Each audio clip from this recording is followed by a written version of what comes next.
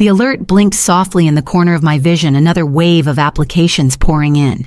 Verdantia had made headlines again last week after our zero-emissions community design went viral on green architecture forums. Now, every young consultant and mid-level executive with a sustainable buzzword in their title wanted in. I waved my hand and the transparent wall display came to life, cascading rows of digital resumes across the glass. Most were the usual over-designed portfolios, inflated job titles, and a concerning number of motivational quotes embedded in PDF headers. I skimmed, scanned, dismissed. Then I saw the names: Elora Danforth, Flint Marwick. For a moment, I thought my system had pulled data from a contact list by mistake. But no. Their faces stared back at me, slightly older, slightly curated, each application stamped with genuine intent. Elora was applying for a communication strategist role. Flint wanted to lead a creative direction task force, whatever that meant. I didn't move. The office around me was still polished floors, filtered light, the quiet hum of thermal panels regulating the internal temperature. Outside, the pines bent in the high-altitude wind. I exhaled slowly. 10 years. 10 years since they'd laughed while I stumbled through my final presentation at Vantage and Holt before my files were mysteriously corrupted mid-slide. 10 years since Elora told me in a voice dripping with performance that dreamers don't last in commercial real estate. 10 years since Flint made that joke. What was it? Maybe your compost houses will thrive in Minecraft. Everyone had laughed, including the partners, including Burton Holt. I hadn't heard from any of them since. They never saw me again. Not when I emptied my apartment and disappeared. Not when the first Verdantia structures went up in Reykjavik and Salem and Cascadia. Not when Forbes listed M. Soren as one of the top 10 anonymous founders to watch. They never knew. But now, they were knocking at my door. I slid the applications into the review column and tapped the surface of my desk. Schedule interviews, I said aloud. A quiet chime confirmed the request. And just beneath their names, another notification glowed red, a partnership request from Vantage and Holt. It was a Thursday late spring, the kind of Cleveland morning that tricks you into thinking the city could be beautiful. I stood in heels that pinched at the toes, palms sweating against the faux leather of the presentation remote. The boardroom at Vantage and Holt was colder than usual, too much air conditioning and too little warmth. I had rehearsed the pitch for weeks, a modular housing system made from recycled composites with built-in rainwater collection and passive solar elements. I believed in it completely. I still do. The projector blinked. My file opened, then closed. I tried again. The screen went black. I plugged in my drive manually, heart thudding. Still nothing. Someone coughed. My hands shook. I looked up and every face around the table looked bored already. Technical issues, Elora asked, raising one sculpted brow. Her voice carried a well-practiced edge of mock concern. It worked this morning, I muttered. Oh, she smiled. Well, maybe your architecture is like your tech. Pretty ideas, not very functional. Snickers floated across the room. I glanced at my paper notes, tried to salvage what I could. I've developed a prototype for sustainable housing that can adapt to urban zoning challenges. It's low-impact, scalable. Flint leaned back in his chair, smirking. Is this for The Sims? Or are we supposed to live in these cardboard tree houses? More laughter. I saw Burton Holt glance at his watch. Morel, he interrupted. Eco doesn't sell. You're passionate. I'll give you that. But we're here to move property, not plant gardens. I stood there, frozen, script-forgotten face flushed. Maybe stick to mood boards, Elora added, faux encouraging. You're really good with aesthetics? I gathered my untouched portfolio, my notes, my flash drive, and left. I didn't wait for feedback. I didn't cry, not yet. Just walked down the hallway past glass offices filled with people who wouldn't remember my name by lunch. Later that night, in the cramped corner of my studio apartment, I opened my sketchbook and wrote in bold black ink, build something they can't ignore. That was the last time I ever set foot in that office. The first time I truly disappeared. I left Cleveland 2 weeks after the presentation. No farewell drinks, no LinkedIn updates, just a one-way flight to Colorado and a phone number I stopped answering. The severance was modest, but enough to rent a car, buy secondhand tools, and sign the lease on an abandoned agricultural barn west of Boulder. The place smelled like mice and mildew, but the roof held, the power worked, and no one cared who I was. It was perfect. I dragged in a folding cot, propped a hot plate on a crate, and unpacked my grandmother's old patchwork quilt. I used her inheritance, $24,000, and change to buy a refurbished 3D printer solar panels from a liquidation auction and 3 boxes of reclaimed wood from a salvage yard in Greeley. By the second night, I was sleeping in gloves, drafting floor plans in pencil by headlamp light because the overheads drained too much power. That winter was hard, brutally cold and endlessly quiet, but I didn't feel alone. I felt invisible. And that was freedom. The company name came easy. Verdantia, from the Latin for green, neutral, futuristic, untraceable. I filed the LLC under M. Soren and used only a P.O. box and encrypted email. There was no reason for anyone to suspect the name behind the work belonged to the woman they'd once called a cautionary tale. I spent my days cutting and sanding, testing joinery angles and wall assembly. At night, I translated my designs into CAD models and sent them to open-source architecture forums under anonymous handles. I posted grainy photos of roof gardens blooming in recycled gutters, rainwater tanks built from concrete cloth, airflow studies drawn on napkins, and digitized through borrowed software. I didn't expect much. But 3 months in an email came through from Denmark, a professor at a university in Aalborg. He called my micro-housing module Elegant Chaos and wanted to collaborate. I read the message 3 times before I responded. When I did, it was short. Just 2 lines, M. Soren is interested. Let's talk structure. And just like that, the name began to move on its own. The first contract came from Iceland, a pilot community of off-grid modular homes near the edge of a geothermal zone, a test site for extreme cold resilience, wind buffering, and passive heating design. I sent the specs anonymously. When the payment cleared, I sat in the barn for a long time, staring at the numbers on the screen. It wasn't a fortune, but it was real. And it was mine. Denmark followed. The professor from Aalborg had pulled strings with a municipal council outside Aarhus. They needed dormitory pods for an eco-focused school, low-waste, high-efficiency, adaptable for teenage wear and tear. I sent over modified blueprints, ran energy models in-house, and built scaled prototypes from laminated scrapwood. They called them compact sanctuaries. I called them proof. By the time Oregon came calling, needing emergency housing for a post-flood rural zone, I had hired 2 assistants through encrypted portals. Neither ever saw my face. They just called me M and received their instructions through pre-recorded voice messages and AI-scrubbed documents. Verdantia had no office, no PR team, no glossy website. The projects spoke for themselves. I kept every footprint light, every file routed through proxy servers. If a client asked for a call, I replied with a recorded video, my voice filtered and face obscured by animated overlays. They never pushed. They were too impressed by the deliverables to question the ghost behind them. Articles started appearing in sustainability circles. The anonymous green prophet behind the next-gen housing boom. Who is M. Soren? I didn't answer. I didn't need to. The designs were cited in urbanist think tanks and green architecture symposiums. I watched from the barn, still sleeping beside the printer, still fixing warped models with glue and clamps. Meanwhile, back in Cleveland, Vantage and Holt was quietly struggling. Their portfolios felt outdated.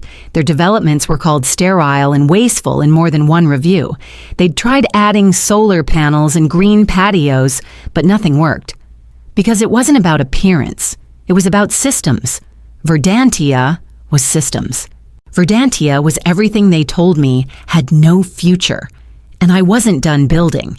The message came from Verdantia's internal board inbox, flagged for founder review. I opened it without urgency, thinking it might be another vendor request or a licensing question. Instead, it was a proposal subject line, Strategic Sustainability Alignment Opportunity, from Vantage and Holt. Burton Holt's signature was at the bottom, but the body of the message had clearly been written by an assistant. I recognized the corporate scramble to sound fresh, synergistic recalibration, green forward market positioning, legacy, rejuvenation, through urban eco-interfacing.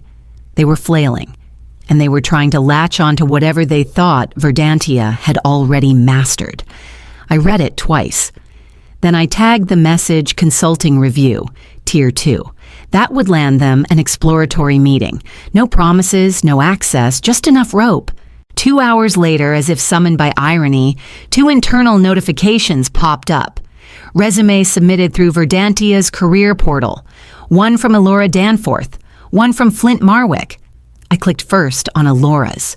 Her file was oversized 36 pages with mood board style typography and soft gradient transitions.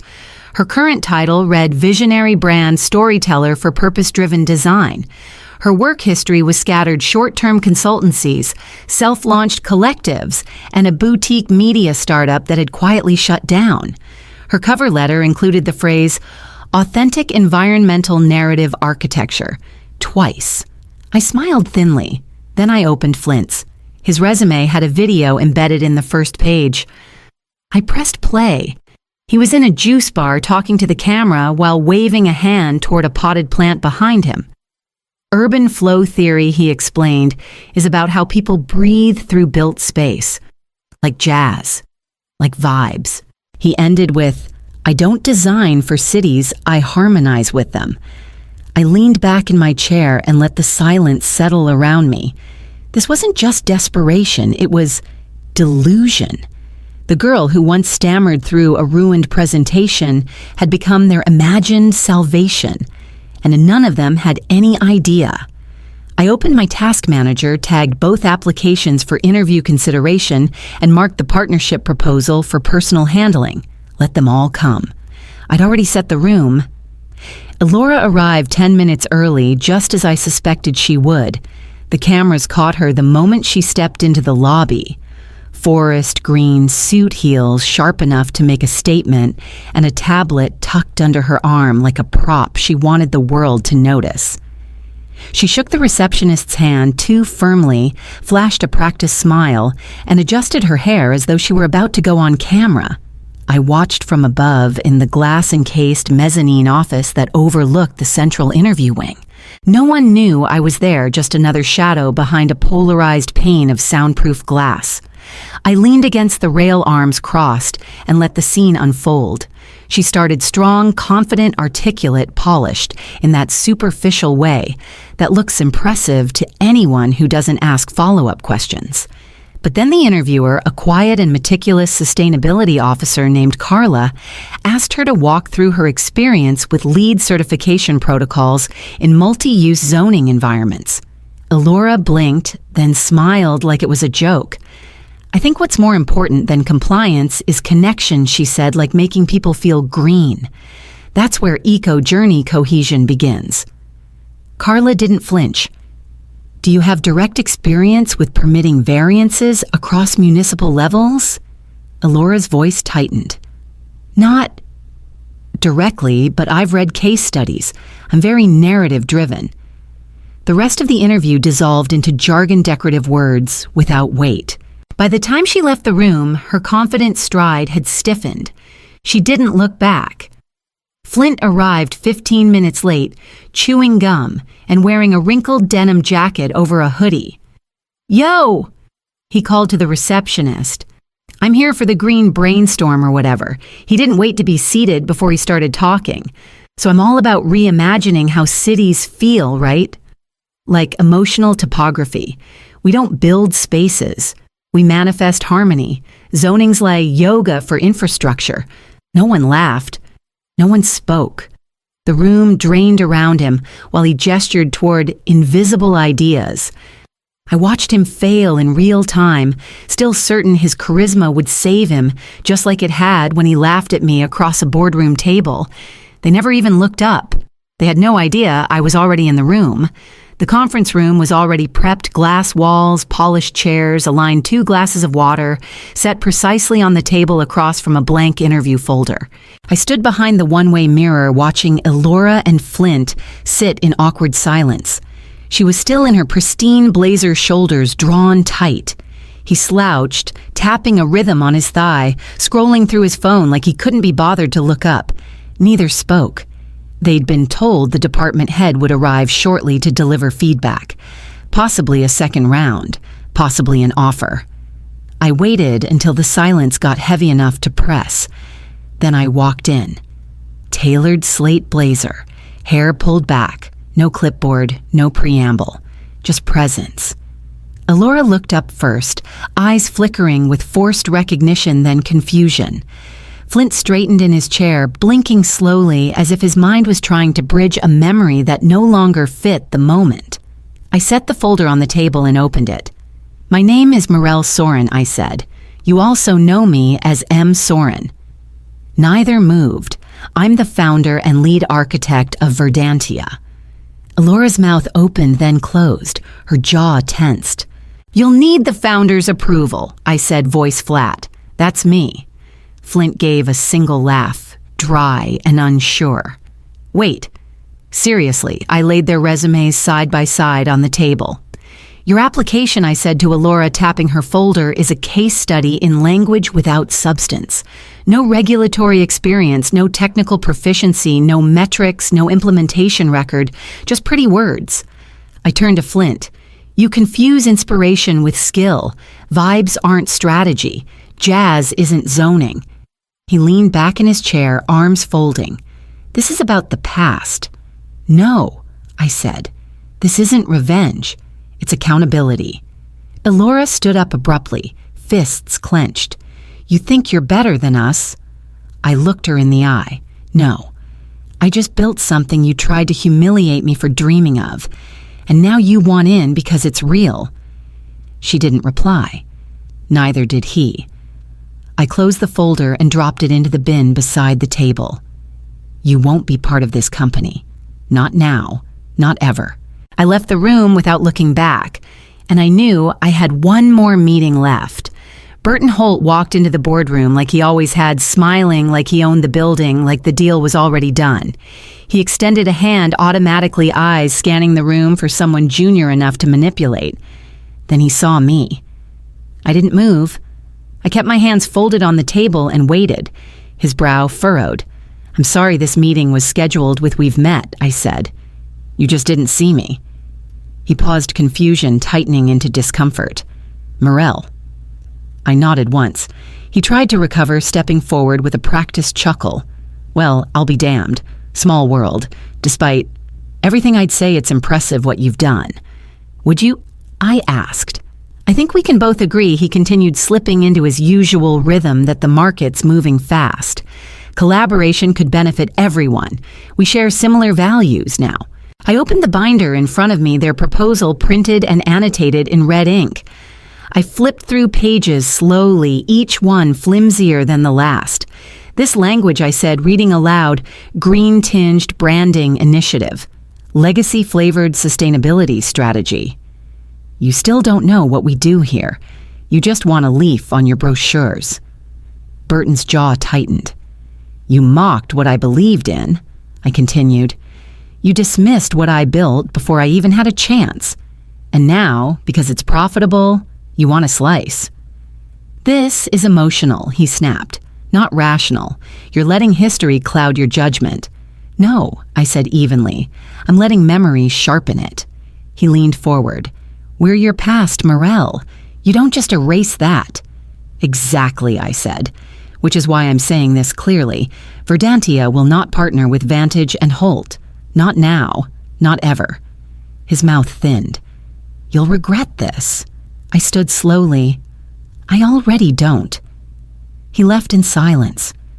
No handshake. No fallback offer.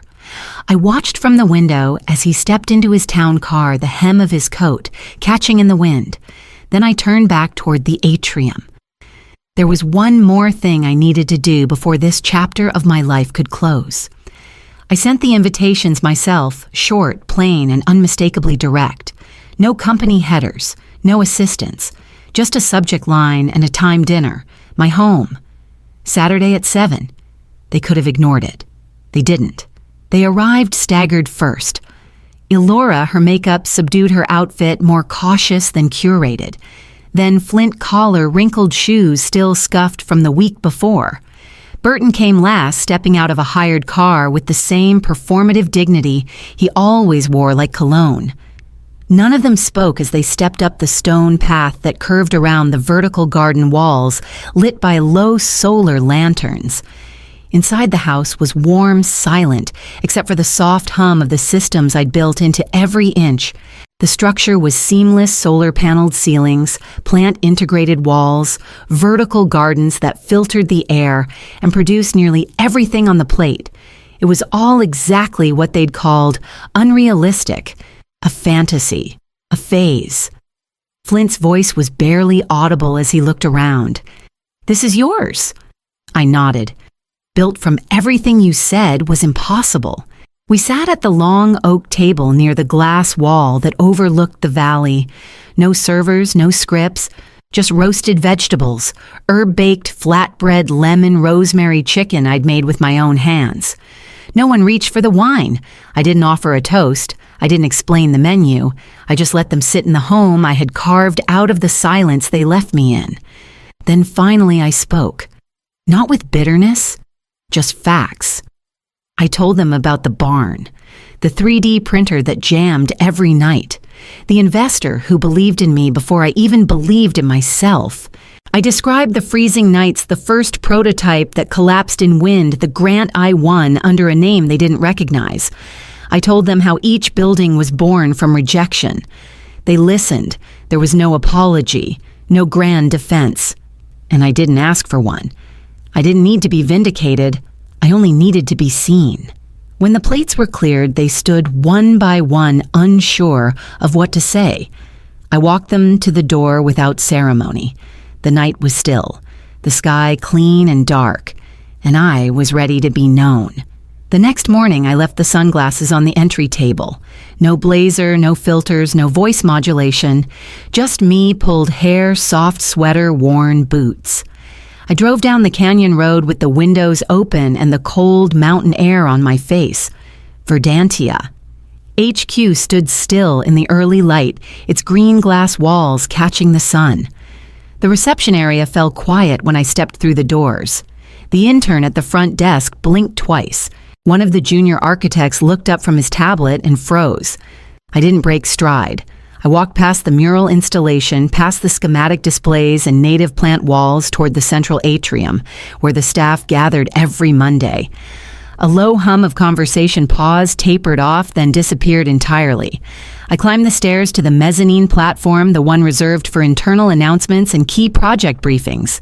Anna, my ever-faithful interface, pinged softly in my earpiece. "You're live on the feed if you choose to speak." I took a breath and looked down. Engineers, designers, planners, assistants. People I had hired, mentored, challenged from behind a name. "You know me?" I said, voice steady. "As M. Sir Soren." A pause. "My name is Morel Soren, and I built this." There was no gasp, no applause yet, just silence, respectful and taut. I built this in silence. I continued so the work could speak first. So that vision came before image and structure, before ego. But growth demands truth, and truth requires visibility. I looked at them, some stunned, some already nodding. So here I am. No myth, no mask, just the woman who started with a barn, a cot, and a prototype no one believed in. Then softly at first, hands came together. Then more. Not a roar, but a wave. Relief, pride, welcome. Real applause, not for a ghost, but for someone real. Someone they could see. I stepped down into the crowd faces, opening toward me like morning windows. They smiled. They reached. And this time I reached back. They finally saw me, and I had never been more certain of who I was.